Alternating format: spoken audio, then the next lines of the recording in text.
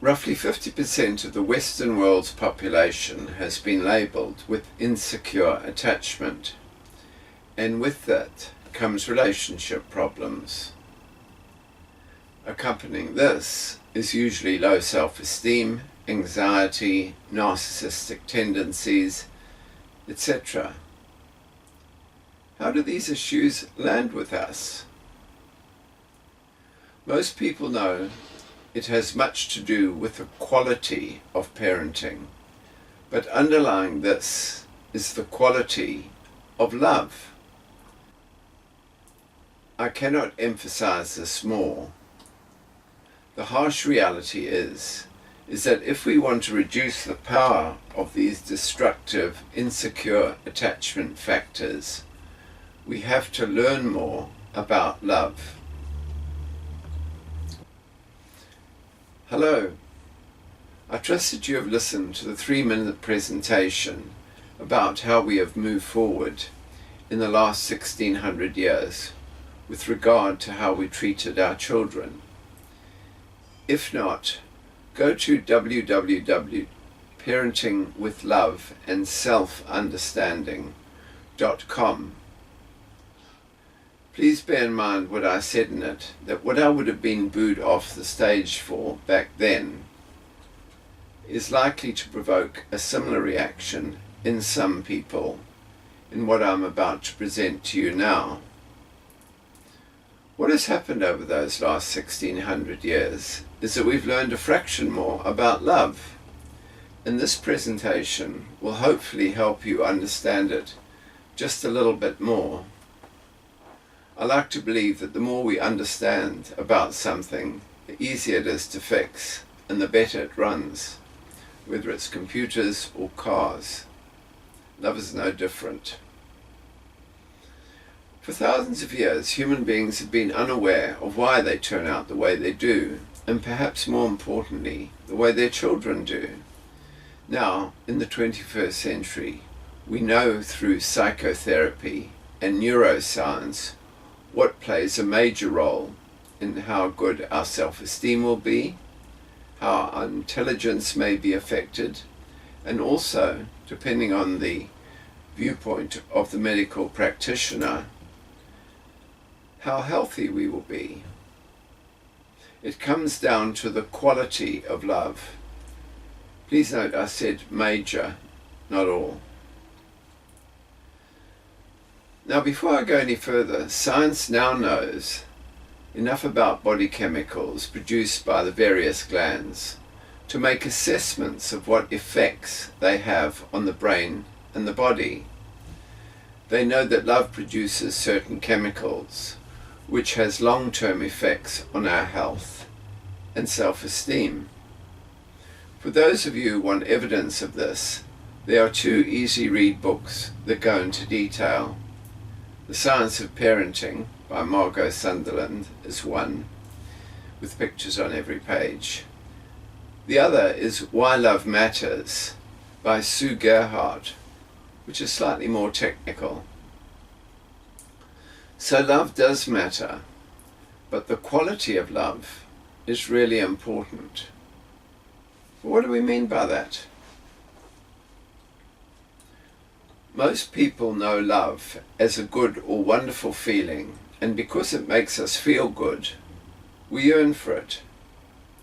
And that applies particularly to the feelings towards our children. What do you think the difference is between these 2 mothers?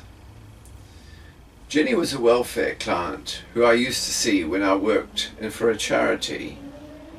Her 18-year-old daughter was killed, and she was absolutely devastated, for she loved her so dearly. Fortunately, she said, she had 2 more other children to love. 2 or so years later, I met her other 2 children and observed how she behaved with them. Stop that! Behave! Be quiet! All the words I heard. No attempt to engage fully with them, as she was either lost in her own world or texting her friends. And when the 8-year-old hurt himself, Her response was, "Big boys don't cry." She had no concept of boundaries and felt that by enforcing them, she would lose the love of her children. Would it surprise you if I told you that the 14-year-old had already been in trouble with the police? In one session I'd asked her whether she had read to her children at bedtime, and she looked at me in complete puzzlement. She didn't know that this was something that she was supposed to do, yet she loved them all. Obviously, this type of loving is better for a child than not feeling loved and cared for at all. Another of my clients, Anne, while having the wonderful loving feeling she had for her children, displayed a totally different way of showing her love for them by being there for them when they spoke, hearing what they had to say, and answering them in a way that encouraged dialogue. She was patient with them, and never did I hear her behave in a way that made them feel that she was cleverer than them, or respond in a controlling or patronizing or matronizing way.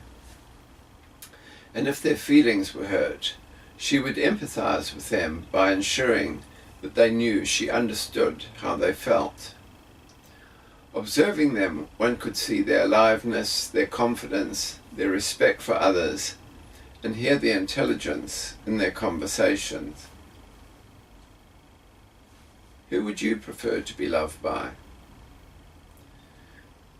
Being aware of what our children experience as a result of our loving makes a huge difference to them. Jenny was oblivious of the negative impact her ignoring had on them, and unaware that she was failing to meet their psychological needs. She shopped, fed, and cleaned for them, bought them presents at Christmas, but her own lack of awareness didn't allow her to take that love further. Anne was able to give her children the needed responses to create better well-being. Her kind words, her caring, or just being emotionally available for them are examples of this. What can we take from this? We can have big feelings of love for our children, but if we aren't aware of what damages them, we simply perpetuate that damage by being unaware as to what happens in their psyche. When I asked Anne what prompted her to behave the way she did towards her children, she told me that she'd read as many books as possible about caring for children. Jenny hadn't even thought about it. It comes down to this. Parenting comes naturally, but it doesn't necessarily come correctly. And to that, I would add, and naturally doesn't necessarily include awareness. Wouldn't you say that it's the awareness quality in love that makes a difference? Let's pick love apart a bit.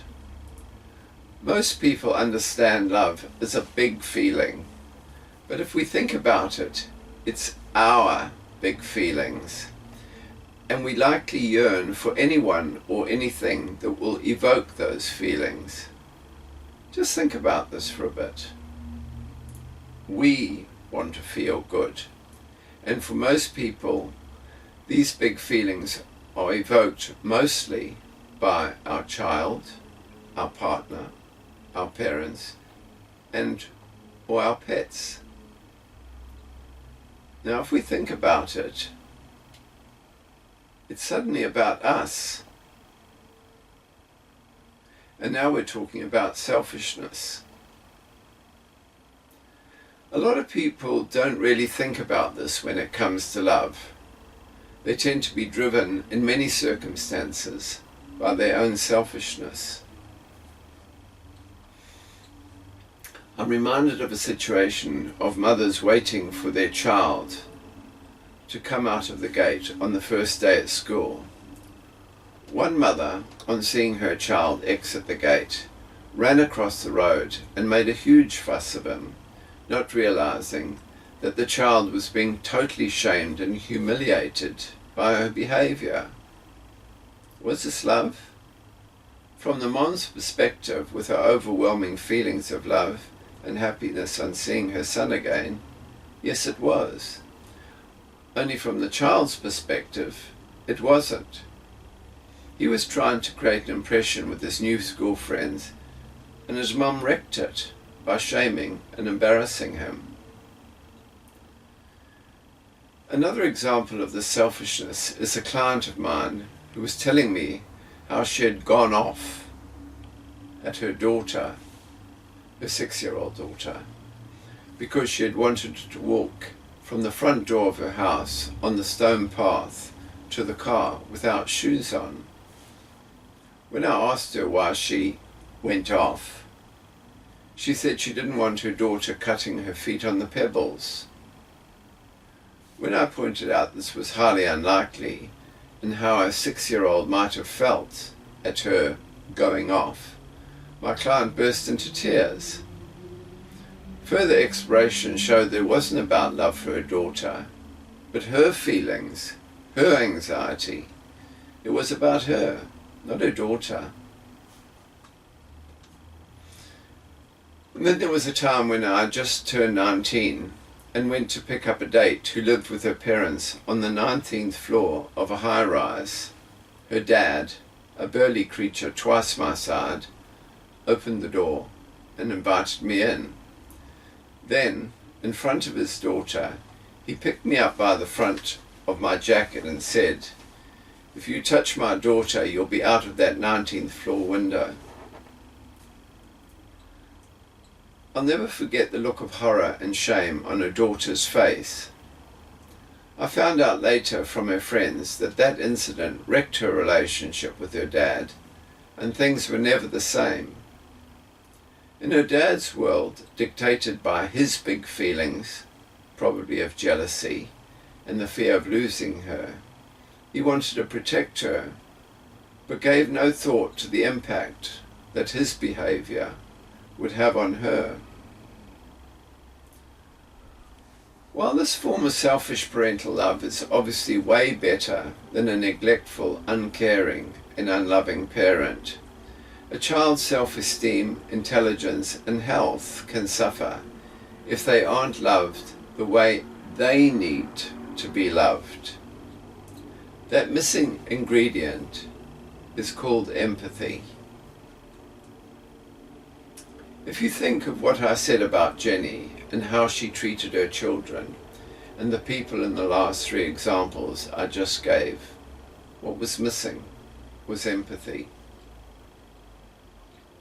Empathy, noun, the ability to experience the internal emotional world of another, the ability to understand and share the feelings of another, the feeling that you understand and share another person's experiences and emotions, the ability to share someone else's feelings.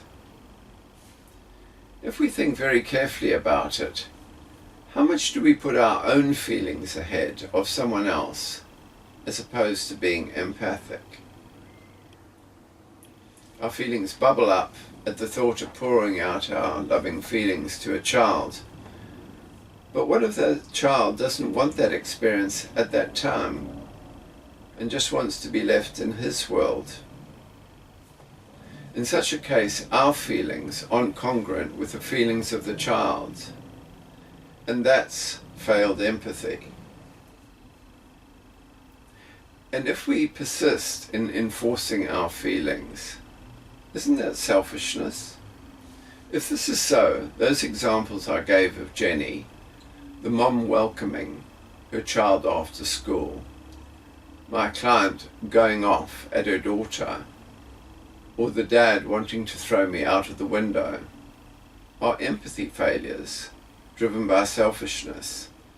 When we have grown up in settings that have not been conducive to our development because of a lack of empathy from our parents, we will have blind spots when it comes to dealing with our children and those around us.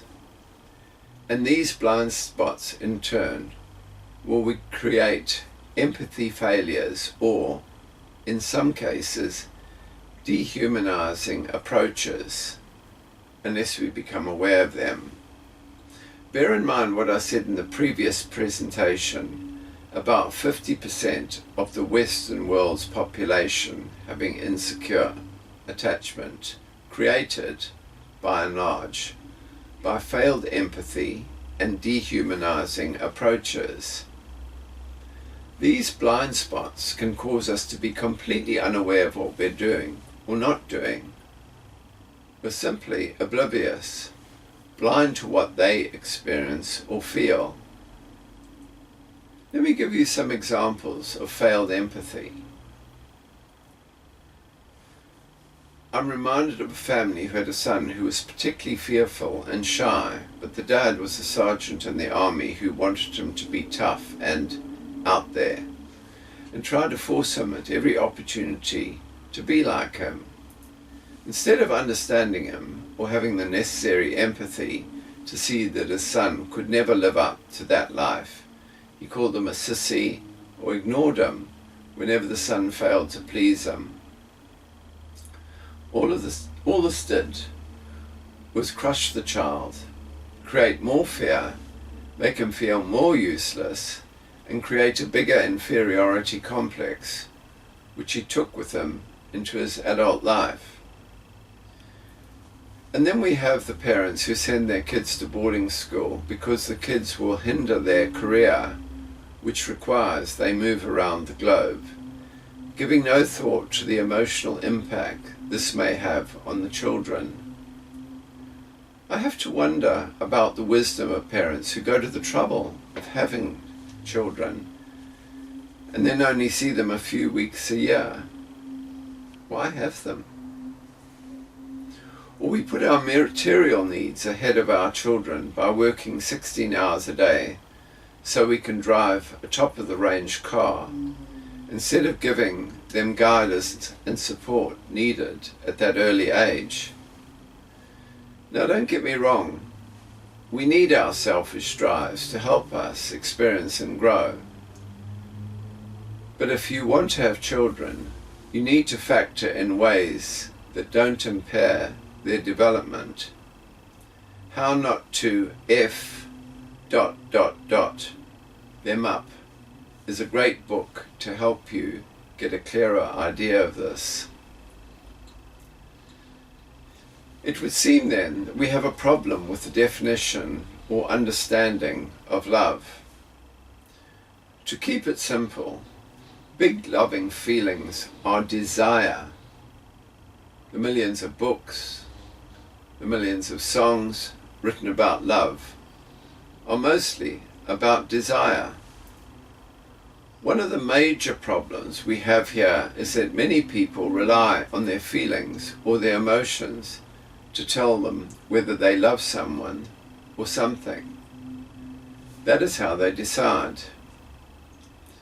The ancients, Aristotle being one, broke love down into specifics, namely philia, which they saw as a deep but usually non-sexual intimacy between close friends and family members. Pragma, likely to occur between long-term couples when they recognize the humanness in each other and forge this through commitment, understanding, compromise, and goodwill. Agape excludes our selfish drives and desires and works to create harmony and goodwill for all. Eros, sexual chemistry and lust, desire. You can look them up in Wikipedia if you want. The point is that we've lost these definitions, and many of us have become confused with regard to the meaning of love. So for many, we now know it as a big feel-good feeling. To keep it simple, desire has powerful feelings. Love, in its purest state, doesn't. Love is harmlessness, goodwill, caring, empathy, compassion. So with children we can love them to bits in a feeling manner, but we also have to have empathy and awareness, or we end up interfering with their development. We also have to have and use tough love when they break the boundaries we have set. And of course, when it comes to relationship love, empathy and awareness has to apply, or it will likely end up down the toilet. Looking back at my two clients, Jenny and Anne, can you see that the only difference between them boiled down to awareness, empathy, and education, and being more able to demonstrate these? Interestingly, a study that appeared in the National Geographic in January 2015, entitled The First Year, revealed that typically college educational professional children heard an average of 2,153 words an hour spoken to them by their parents, whereas children from families in low socio-economic brackets heard an average of 616 words. These families tend to make shorter, perfunctory comments like, "Stop that," "behave," whereas parents in the wealthier bracket had extended conversations with their kids. While this may be normal in low socio-economic families to treat children this way, it isn't natural. Normal isn't natural. To this I would like to add that this survey was likely done in America, but from my own experience, some of the nouveau riche and upper-class parents in other westernized countries I have met still treat their children in the same low socio-economic ways I've just mentioned. Could my client Jenny have benefited from becoming more aware through a deeper understanding of her children through education? Most definitely, and she did, to a certain extent. The problem is that education can only instill awareness in someone to the extent that they are able to get it. If it's way beyond their consciousness, they aren't ready for it, aren't ready for that finer quality of love.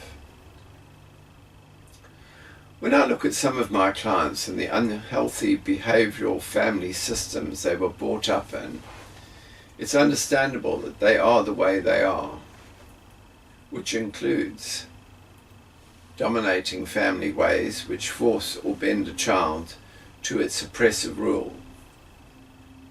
Be who we want you to be, or you won't be a part of us. Maybe take some time to think about this one.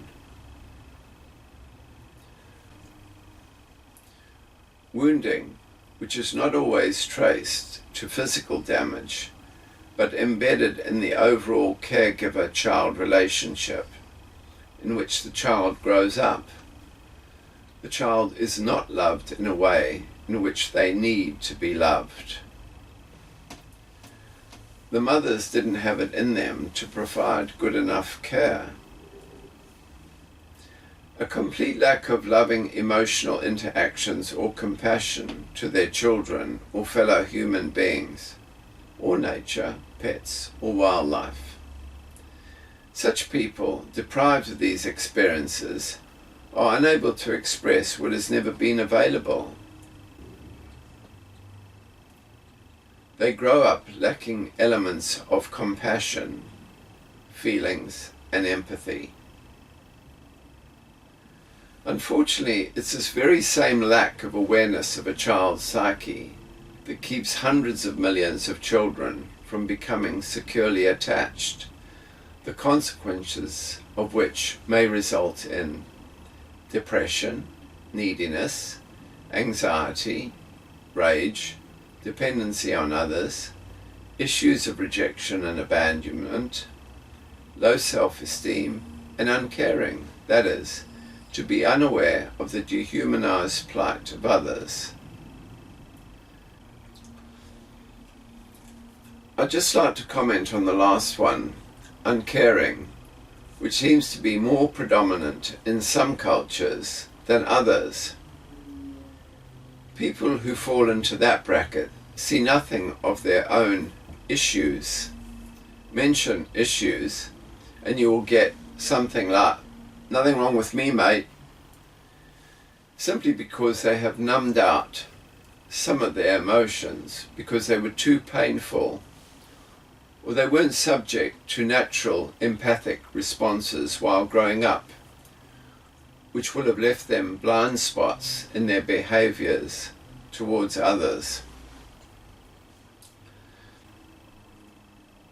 Now, having just spoken for the last 20 minutes or so about love, I need to add that some people turn out to be loving, securely attached individuals, despite the most awful childhoods. Why? I don't know.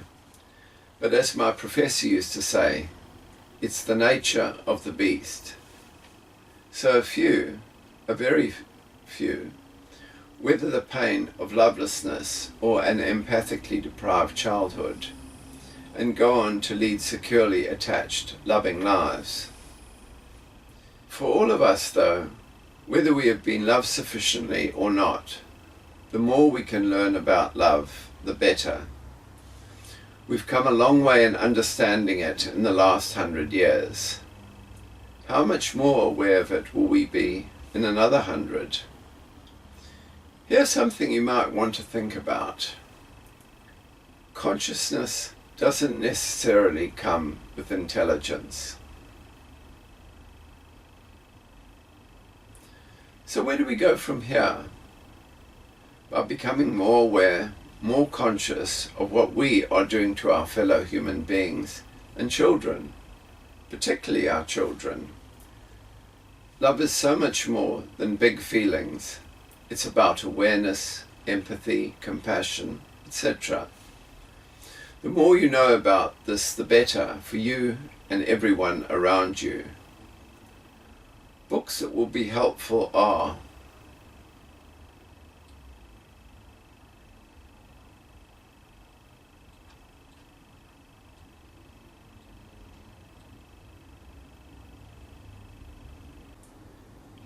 Thanks for listening.